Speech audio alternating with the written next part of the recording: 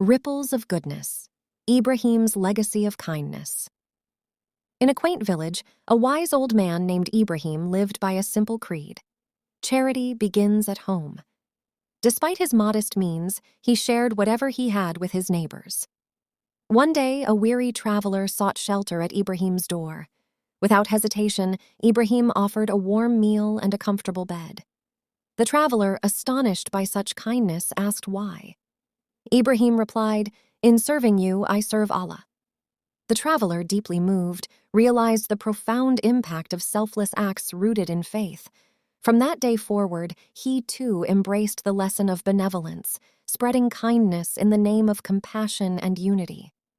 The moral of the story is that true charity begins with a generous heart, and acts of kindness, rooted in selflessness and faith, have the power to inspire and create a ripple effect of compassion and unity in the world.